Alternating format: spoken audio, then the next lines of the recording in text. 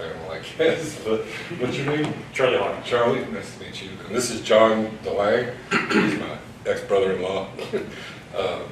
And basically our only qualification, or my only qualification, is that I've run a lot of ATT games, especially over the pandemic. I started doing it on Roll20, and then played some games on another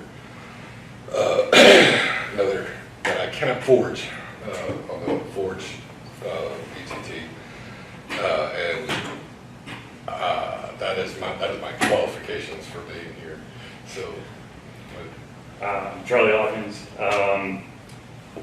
I guess my qualification is that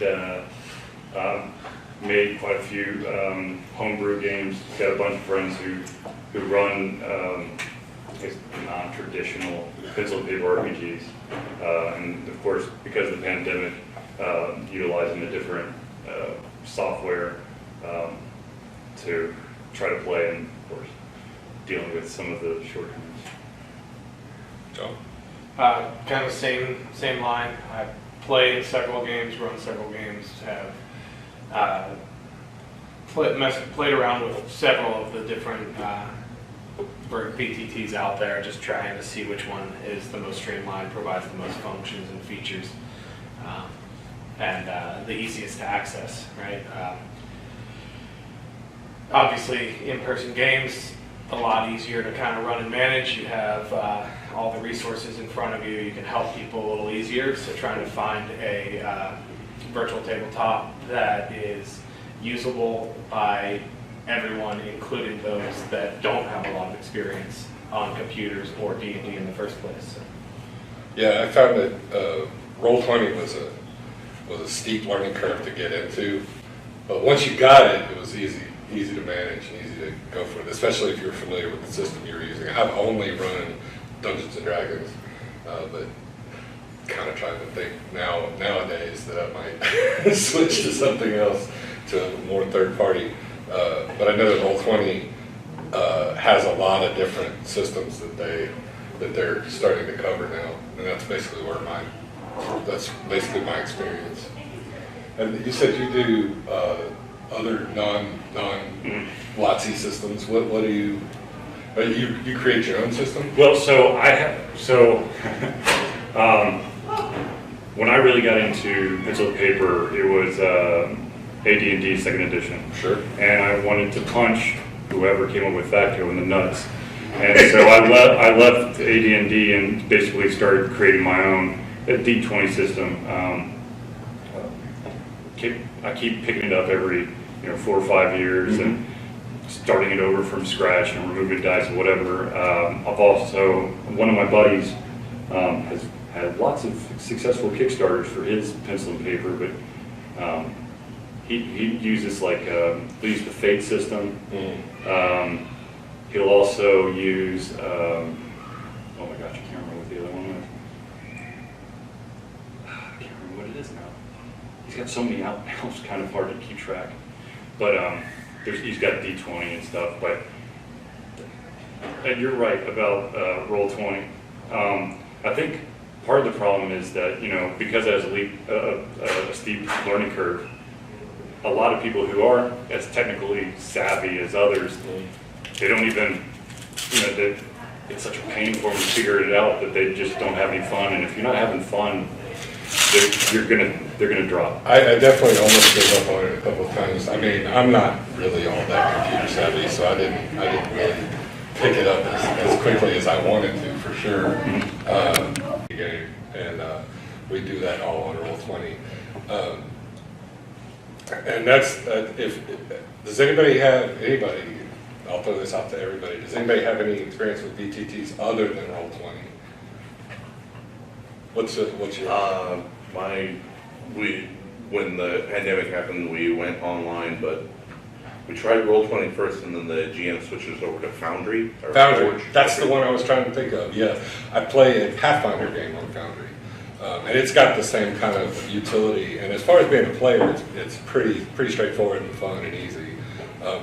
Do you run the games on it, or you? No, Oh. he does, but he said it was a lot easier to use Foundry's DM's tools than Roll20's. Is it? Okay, I haven't tried. But then the man uses homebrew monsters for everything. So he's used to button with stuff and making sure that things get. Well, it was more like getting his specific monsters into Roll20 was just not happening for him. Once I figured out, no, I'm sorry, go ahead. I was gonna say, Roll20 is getting a lot better about how you can do that, but it was not an easy task to begin with. When I started this game, I wanted to put some homebrew monsters into it, and that was like, what, 2 years ago we started that? And 2 or 3. I've only been just now able to like input. So they've improved. That's one of the things I like about Roll20. We had to go from every week to every other week just for him to accommodate the learning curve. Sure, yeah, So the absolutely. Roll20, I mean, I guess I use this for Pathfinder First Edition, Mhm. and because it has the various character sheets, including just the stat block version of it, Right. importing just what you need for combat into the stat block, I could do that for homebrew monsters in about 5 minutes. And then, of course, once I duplicate that, Right. I'll just use that if I want to make rolls, and then for the tokens, I just put a hit point bar on. You don't have to tie them to every character. Right, right, yeah. That's something that I like about it is that a lot of the stuff is taken care of for you. You don't have to worry about players cheating for one thing. Because we have a player. Well, and I can give them a hit point bar without the numbers. Yeah. So they don't keep asking me, how wounded does he look? How wounded does he look? Yeah, so you That can much. just see how it goes down. I used to joke when we played on tabletop, somebody would say, how wounded does he look? I was like, it's not like he has a stat bar above his head. But now he can have a stat bar above his head, so it's Yeah. fine. He's bleeding that I definitely prefer when you hide the health bars, right? Like you said, I play in his campaign. I definitely prefer when the health bar's hidden, and we can kind of, a fighter in a combat is going to have an intuitive sense of how injured other creatures are, and so we kind of use really simplified, but it's I want to try and find out how injured some of the enemies are, and we use like a how bloody do they really look kind of Right. idea, right? Like. And I think for unusual monsters, that works great to keep it a mystery, like, how much, is this ooze? I don't know how much damage it is. But I figure if I'm throwing bandits at them, Yeah, you'd say, okay, Well- I know roughly how much damage I've done to that. yeah. Well, it's like a kind of perfect example of when we're fighting bandits, we can do like which one looks like he's been beaten up and bloodied the most. And Malcolm will go into the details of that. We recently had to fight several undead beholders. You don't know how damaged an undead beholder is. It's already fucking dead. So like somebody asked how injured they looked, and he was like, "Well, it looks like it's an undead floating eyeball." It looks like Clearly deceased. it's clearly dead. I don't know what the fuck. And I find some players hate when you won't let them know how damaged something is, but at the same time, there's going to be creatures that you just don't. So like that's a great tool that you get with Roll20s, that you can hide those, and really, I think all the virtual tabletops do that. I think the big thing right now is all the hassle they have with what stats they can and can't put into their tabletops, right? So. Welcome. Glad you could join us. What other things do you guys like about virtual tables? What are some of the negative aspects of the Well, you were just talking about virtual lighting and stuff, right? Or- That's one of my Virtual favorite views. things Yeah. about the tool is that you can Have sight lines in your if a player asks what can I see, you can say, well, what do you see? That's my favorite thing about it. It makes me want to use it even when I'm at a table. Sometimes. Yeah, that's one of the biggest problems I have with playing in person is you'll draw your whole map out, and even if you lay paper out in a certain way, you can cover up a lot of it, but eventually you got to move that And piece that's of why paper. we still went back to just using battle map with transparency markers, because I would only draw it when they got to it. Right. Yep. So, Do you have anything you want? No, I just wanted to go back with the status bar or the stat bar real quick. I find that if you've got a group that's just starting out, who really hasn't gotten their feet wet with pencil and paper, it's nice to have that so they kind of have an understanding. But once they season, it definitely you get rid of it, because then they understand how injured does he look, and, you know, is someone limping? You can also do it so that players know what the status of other members in the party are. Yes. And so that's, especially for new players, Yes. that's a good thing that you can go, okay, well, you know, that ranger needs food badly. Badly. So, are there any negative things to BTTs that you? One is you generally aren't seeing the other people at the table. No. You know, and that means if somebody goes to grab a drink, that may not be immediately obvious, and the DM may be explaining things only to, okay, back guys, and, you know, you can hear or somebody disconnects and you might not know for a minute or two. Right. At which point, again, you have that same problem of the DM thinks they're addressing the whole party, and somehow they're not there. We use a Discord for our voice, and sometimes you can also use video. That would probably be my Why do biggest. you do that? Because Have you found Roll20's voice to be able to- Roll20's voice in the video, I know they've upgraded it recently, so I haven't tried it since they upgraded it, but it's really not. How many players do you usually have? Between 4 and 7. Okay, I guess I've never had a problem, but I've never had more than like 3 of my son's friends playing at once, so maybe Right. that's why I've never had a problem with voice. we. I can you know why people were Again, this choosing was things. now at this point a couple of years ago, but it was a no-go on the Roll20 voice for us. I think the big thing there is it didn't really have a push-to-talk option. Hmm.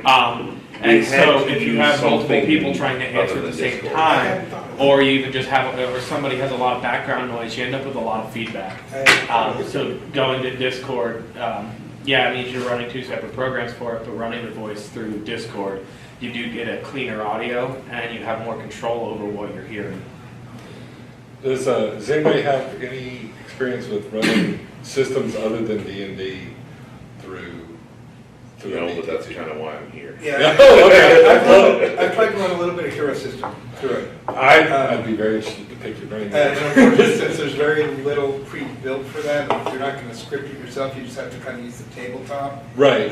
But yeah, I've tried to start running some 5th edition Hero System. I would imagine that to do that, everybody would have to kind of be on the honor system as far as their character sheet was concerned, and unless you were good at creating those character sheets. If you don't 20. want it to have functionality, it's not hard to do. Right. If As long as you can have just see what's there. functionality, then it gets harder. Yeah, because the dice rolling mechanic for Roll20 is beautiful and simple and wonderful, and I really get into it. And that's one of my favorite things about it. I like it even better than Foundries. It's the only other one that I. It's really good, especially once you turn off the auto roll for damage. Right. Like leaving the auto roll for damage on, it creates some weird bugs and glitches, but other than that, yeah, the dice roll system is very straightforward.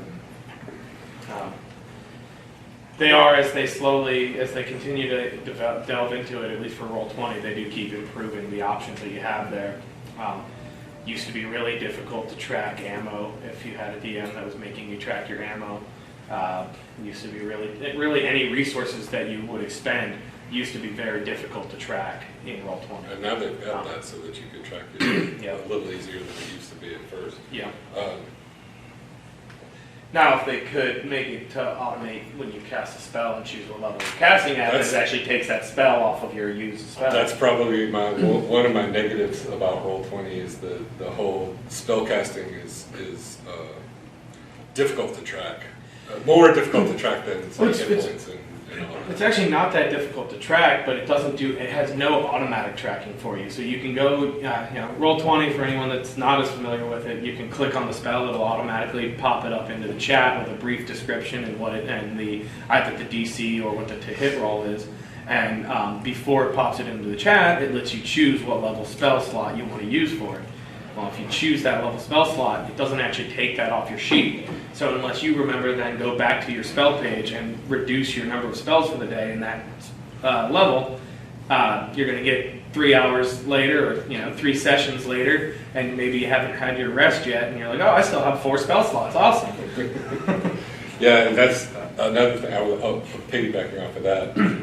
It's a great tool for DMs who don't have the entire spell list memorized and go, okay, would you put that spell in the chat so I can look over it and make sure of what it does, because often players will have liberal interpretations of what their spells do. You had something? They've recently added an option to turn on buttons for long rest and short rest. Right, So yeah. reset your Yep. spells. And they also recently added the ability to track different kinds of hit dice. Yes, Multi-class. so like, yeah. So you don't have to have, I've got I will 6 say hit dice, that 20 their different multi-classing is a little bit wonky in there because I'm playing a multi-class character, and the only hit die it has for me to roll if I want to take my short rest or long rest is my biggest one. And it's I'm not going to complain, but it definitely But they're getting better. Yep, and the short rest and long rest buttons are fantastic, and will be even more useful when they incorporate in the automatically tracking your spells. So, Yes, sir. Just to bring you, to come back, you were asking originally about what downside things Right. on the VTTs, prep time. If I get folks together, I may already know where the adventure's going, I may have prepped all that. Right. But I can pull out a battle map and write out the map, or I can do whatever I want. I don't, with Roll20 or whatever, I have to already have loaded some maps up, or, there's got a lot more you have to make sure is already in place before you start the game. It takes a minute to create a map on that. It really does.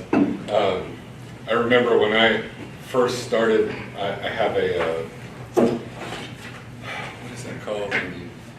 Everybody's you're not in that campaign.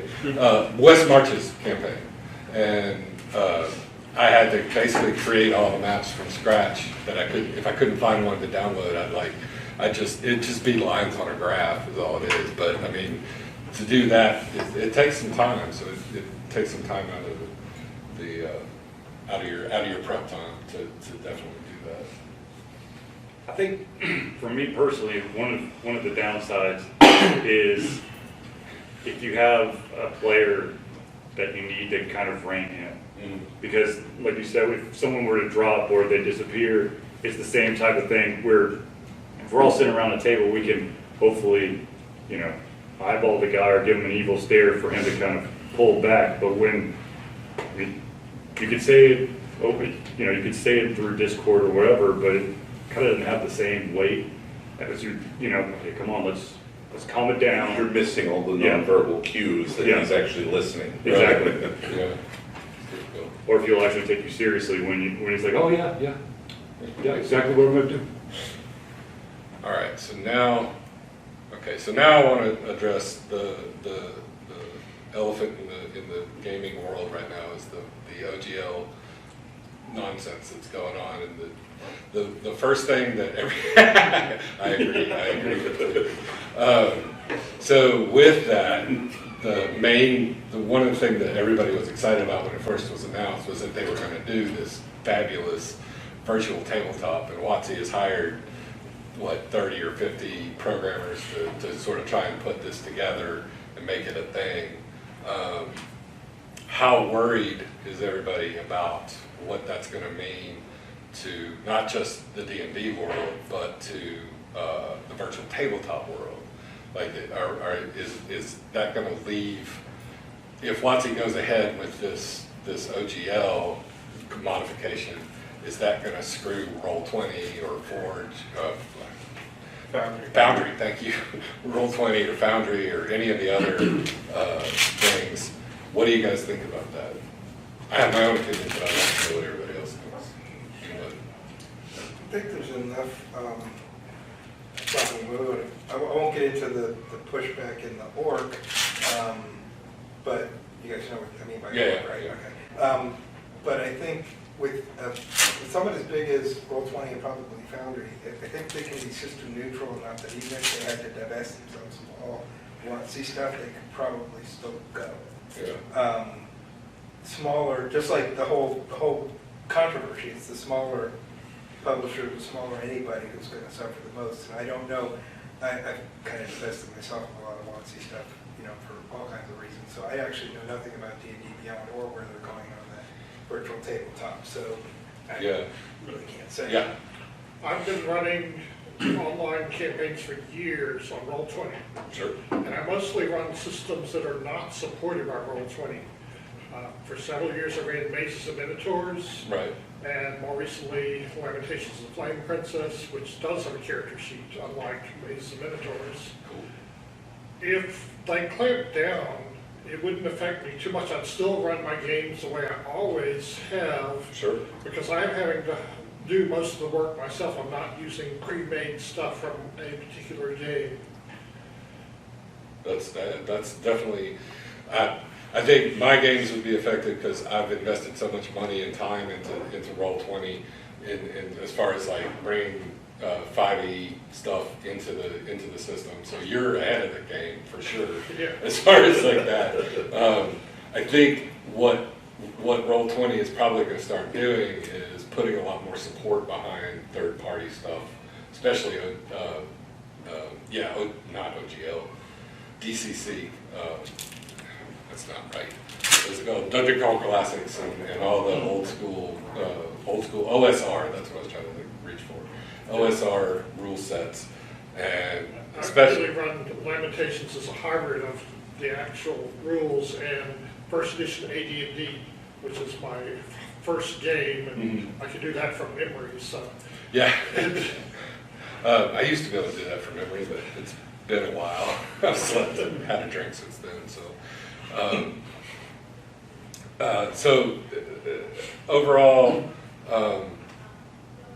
actually, I've talked too much. Why don't you? No, you keep going. Keep going. Does anybody have any questions or comments or anything? I don't know how Roll20 monetizes the stuff they sell that's like 5e stuff or anything How they- that's that. how they monetize? That could be affected. Oh, yeah, and that's why I'm saying if they diversified themselves into different, say if they were to pick up hero systems and they were to do all the various source books and do the NPC lists and things like that for all the villains to sort of use that and use their programming to sort of use the mechanics, put the mechanics into the game. Well, they left that programming open for us, I mean, we can script it. Oh, okay. Yeah, I mean, you can, if you want to build your character sheet or my hero's sheet, the scripting language reference is there. And if you happen to be a geek, you could actually, script out the stuff in the sheet so that you can punch a button on the sheet and send it to the chat and stuff Right. like that. It's open.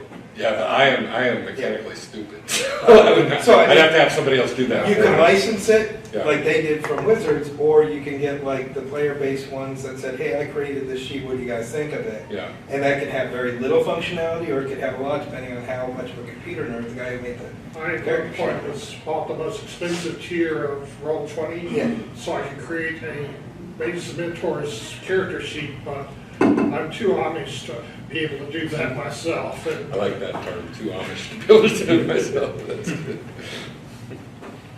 I have been known just to cheat and just use the macro functions on the third page of like when you open a character. Sure. The third page, you can just create a few macros for key things and say, okay, well, I'm not going to try to program this whole whatever it is in here, but I can make a macro for this is an attack roll, this is damage roll, whatever, just use those macros. Sure. Anybody else? Comments, questions, suggestions, topics? I've basically blown my wad here. I am definitely interested in, how hard is it, because I recently picked up Lancer, if anybody else has heard of that. No. But, that's not exactly, it's only available from like itch.io. I'm not even aware if there's a physical book, so we're off into the weeds. Right. So, as a caveat to all this, you made an interesting point that you don't know if they have a physical book. How are physical books still going to be a thing? I've noticed that I prefer mine in PDF these days. Do you? Okay. Well, I have a tablet, Mm-hmm. and I can have a backpack or a suitcase or a wheel full of books, or I can bring the tablet and be done. Sure, that makes sense, especially if you're going to a convention to play a game or something like that.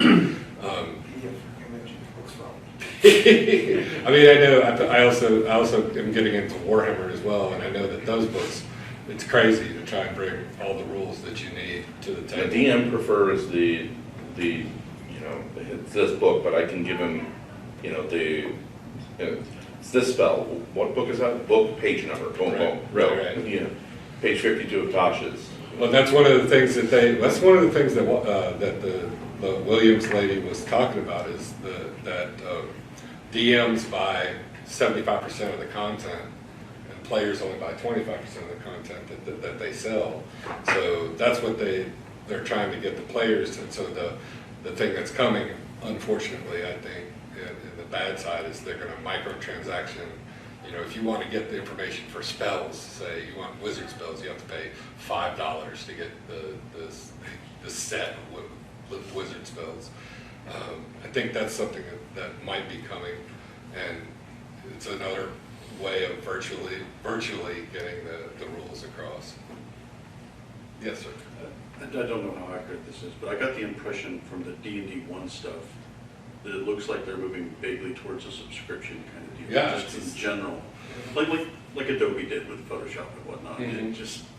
It seems like a generally bad thing. It's definitely a bad idea, I think, to sort of try and monetize and suck the money out of your customers in that way.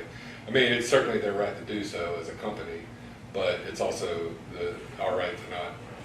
I mean, I canceled my D&D Beyond subscription just because I was like, I don't like the way this is going, so this is the way I'm gonna.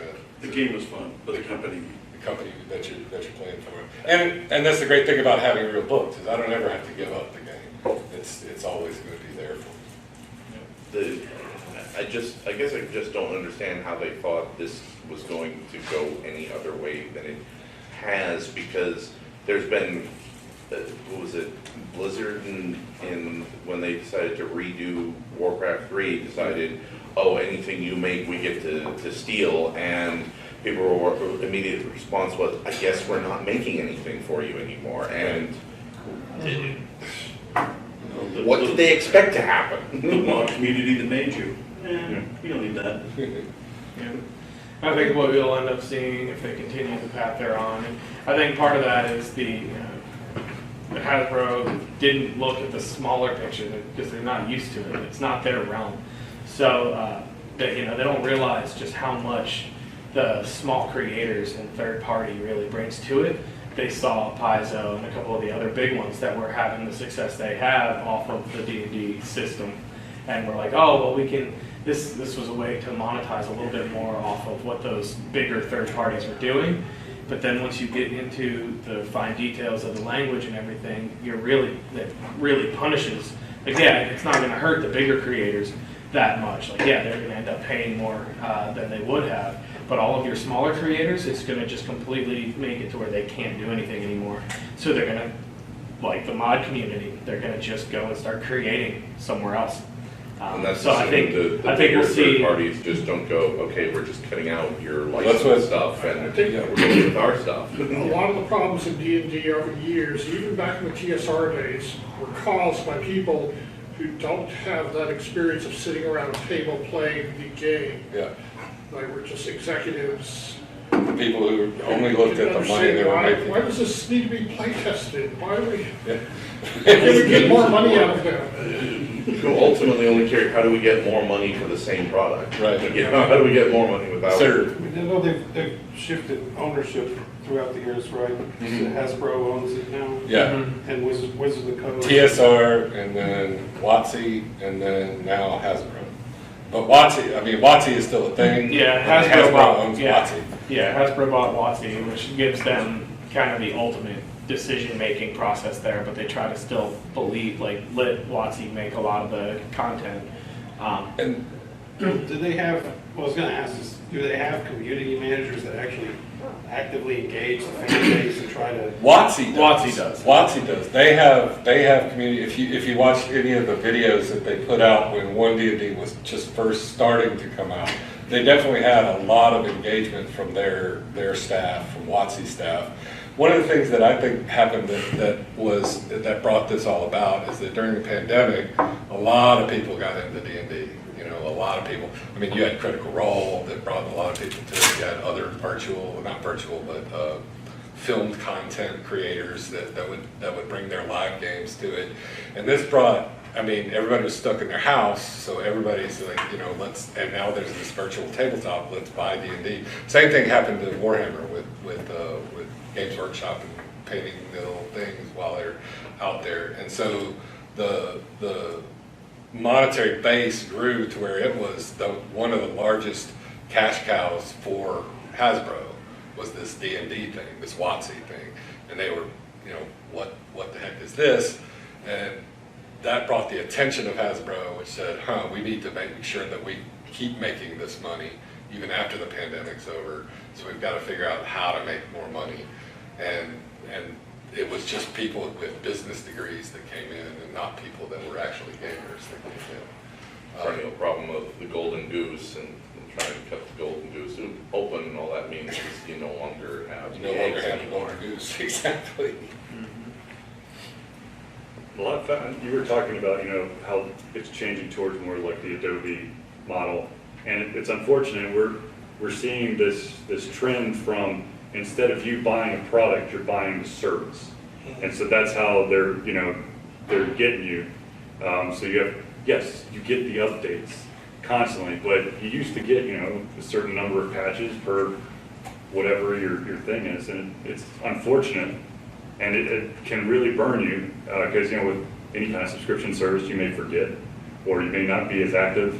Or your credit card may change. Yeah. Or the bigger problem there is with it being a product versus a service. Yeah. You can choose, I don't really like the content that's in this particular one, so I'm not going to get it. Mm-hmm. I'll skip this one, but once it becomes a service, you're just stuck with whatever content they release, Right. and you hope that they continue to release content that you'll keep using. I think that delivery method is fine if there needs to be like a pretty sharp discrepancy between I've got this book and here's the errata or whatever they release on, you know, here and there. But like if they're delivering it as a service, they need to provide more value too. Like I agree. your money goes up. Well, I would be mad if it was a subscription service and I was paying for it and I got the Spelljammer stuff. I would be like, what is this? I don't know. No, Spelljammer was pretty bad. From what I understand, it did not. 5th edition Spelljammer? 5th edition Spelljammer. Okay, I haven't looked at that. I heard that they were working on it. I hadn't heard. No, from what I understand, it was pretty bad. They did not even include any They didn't go methods. enough in depth with it, so they barely skimmed the surface, and they slapped Spelljammer across the front of it for the appeal of the people that loved the original Spelljammer and really wanted to see it in 5th edition. And it doesn't have everything that you need. You basically got races and like a couple of the races and a couple of new feats, but nothing, and ships, but not So in ships other in words, combat. looking up a homebrew, 5e conversion of Spelljammer is probably. Yeah, so like you said, you got the new races, you got a couple of new character options. They introduced the ships, but they didn't really introduce how you utilize those ships in ship-to-ship combat. How the space travel is really going to work. They took a ladle and skimmed the surface and dumped it into a book real quick and said, all right, we're good to go. Yeah. And it's, you're basically still having to create 85% of the content if you want to run a true Spelljammer campaign. Does anybody else homebrew a lot of anybody else that still plays D&D, do you homebrew a lot of stuff, or is it just nobody plays D&D Well, anymore? What's the end? I'm the only one that plays D&D. It's looking like gaming group might be meeting again. I'm fingers crossed. The DM has had medical issues, Right. but he homebrews. The setting. He's a cartographer by trade, so the setting. He's been using professional mapping and survey tools. Right.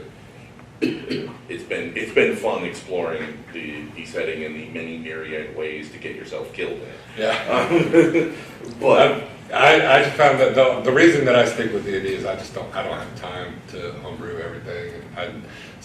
I work full time. I have kids. 5e just has such a clean. You can take a new player and say, here's a character sheet. You roll this, and you add this, and they can be starting to dip their toe in the tabletop role-playing experience within 5 minutes. To me, Are it's they it's ready to go? No, but they can at least start. To me, it's the simplicity of BCEMI. Yeah.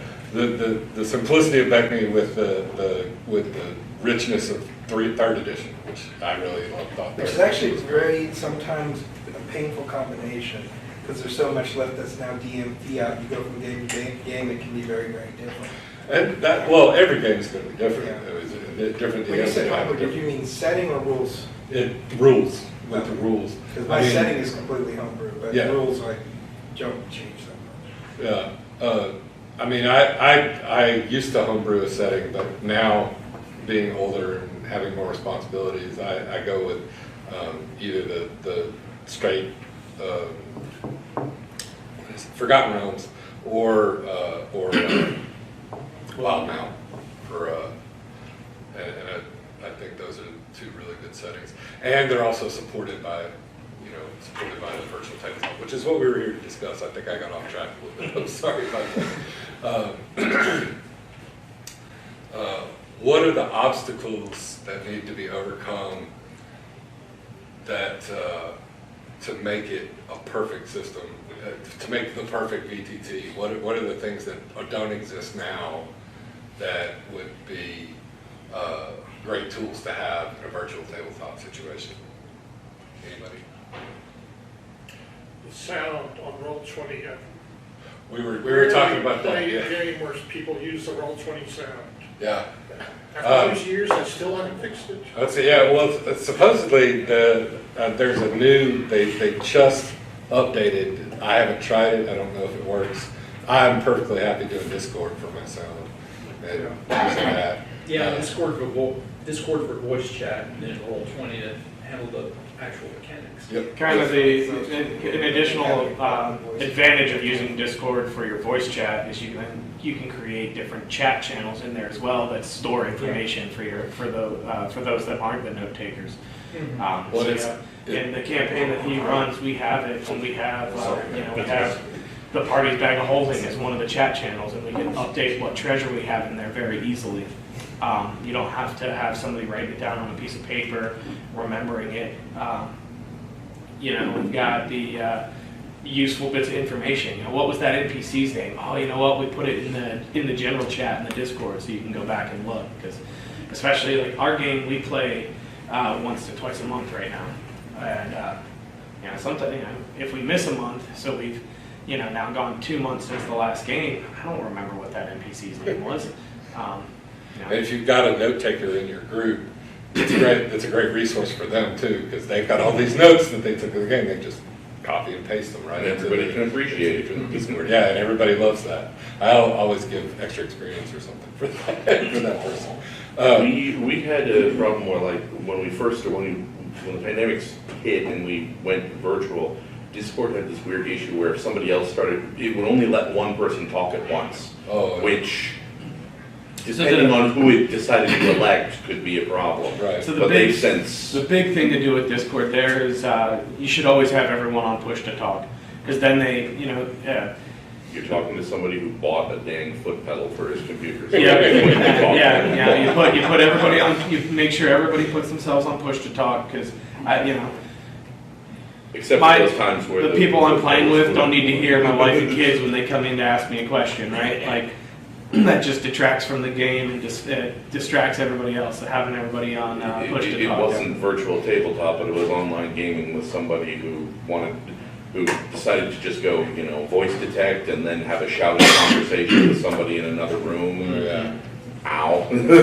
One of the features for the Discord thing is also you can create different voice channels. So if somebody, if something happens to somebody in another room that the other people aren't privy to, I call it my secret tunnel channel.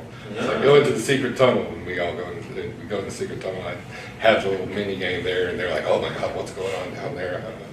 To meet me in the kitchen channel. That's right. See me in the kitchen. Yes. That's really fun. Any other topics you guys want to discuss about this? Well, man, this has been great. Had a lot of fun. I hope you guys had some fun, and now go out and do more. Do more gaming. I missed the beginning. Did you talk about dynamic lighting? Yes. Yeah, That was one of the first things we talked about. It's probably one of the best features of the virtual It's tabletops. an advantage over tabletop. Yeah, especially when when you really get the hang of it and you can run it correctly, so that you get the true. Had good experiences with, for example, a very large room that there was a stone golem in, and the players came in, and it was further away than their line would reach, so they didn't see it. So I was able to charge at them and ambush. Yep. You know, it's just standing there right in the room, but Again, I've said this a couple times, but I've said, my players would ask me, can I see that? And I'm like, well, can you? Can you see this? We're not using the dynamic lighting because our DM is, he's got one of those jobs where it's security, people call out. He's got to work Friday night. He's Right. got a wife and 2 kids. And Right. he doesn't have the time to set things up right. But I can totally imagine that being horrifying. Step into a room, just no idea what's beyond 60 feet. That sounds great. I got a question, like, do they have set up for characters that have dark vision or Yes. something? You can change each token's vision. Yeah. Each individual token can get its own light sensitivity. It will. If you don't have an actual light source for dark vision, you'll still be able to see the map, but it'll be gray instead of colored. Yeah, and all you can see is your token. You can't see it. Yeah. If you're a human in a dark room, all you know is that your token is there. You don't know where I've anything set is. different people's vision to different colors, so I can tell who's seeing You what. can do that. Yeah, you can absolutely do In the that. fog of war, because so now you have the map, but now it's fogged again, so you don't know if anything's there Yep. Yeah, now. it's good stuff. That's Yeah, so the dynamic lighting, if you talk to your DM, getting the initial setup is pretty straightforward. It's when you want to get into the more advanced steps of it, which aren't completely necessary. I mean, you've got the point.